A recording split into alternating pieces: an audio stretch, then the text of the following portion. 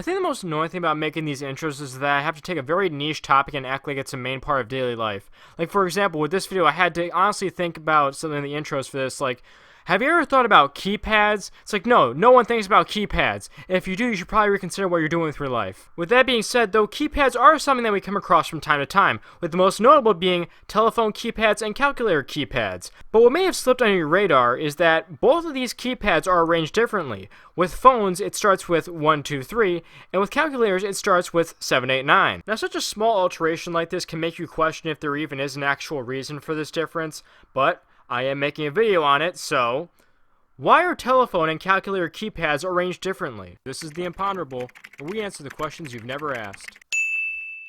Now, the history behind why each of these devices got their own keypads is kind of complicated, as phones were suggested to have keypads all the way back in the late 1800s, but due to the fact they couldn't implement it properly, the rotary dial wound up taking over for a long time. Meanwhile, calculators have always existed in some degree throughout the 1800s, though if you're going to look at where the modern version of the calculator truly came from, it's said to be inspired by cash register designs.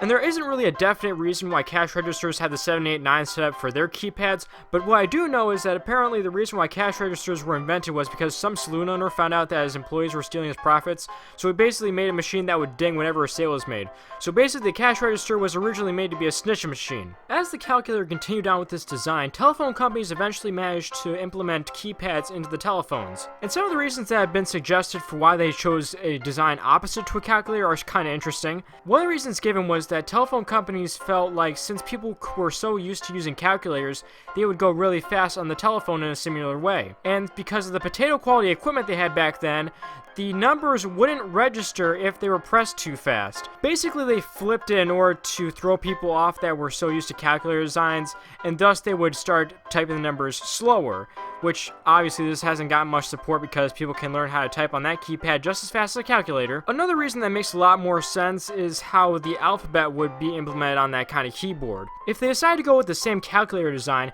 that would mean that the numbers and the alphabet would go in different directions, or the alphabet would just be upside down. And obviously, seeing as how back in the olden days, phone numbers had 5 digits and 2 exchange numbers, that could kind of be confusing. However, the most definitive reason for why telephones are designed the way they are nowadays is because of a good old-fashioned experiment. Around the mid-1900s, AT&T decided to start using touch tone, which is what keypads are, but before they could do that, they had to make sure that they knew what they were doing. So they decided to have Bell Labs do multiple experiments, and they published works such as 1955's Expected Locations of Digits and Letters on 10-button key sets, as well as the 1960 Human Factors Engineering Studies of the Design and Use of Push-Button Telephone Sets. Basically, these experiments were done to test the accessibility of certain keypads on phones. And good God almighty, look at some of these things. You can definitely tell there was still some influence from the rotary dial, seeing as how it did start at 1, but obviously the keypad that we use today is the one that wound up doing the best in this experiment.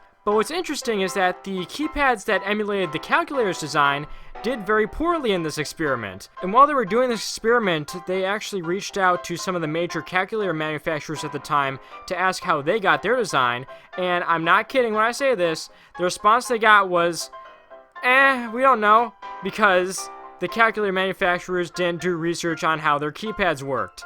So whenever you use a calculator now, just know they're using an inferior design keypad. So with all that being said, why are telephone and calculator keypads arranged differently? Look, numbers are hard. And you're just dumb. I'm surprised you haven't broken your neck while brushing your teeth yet. And as such, the world just has a hard time adapting to your stupidity.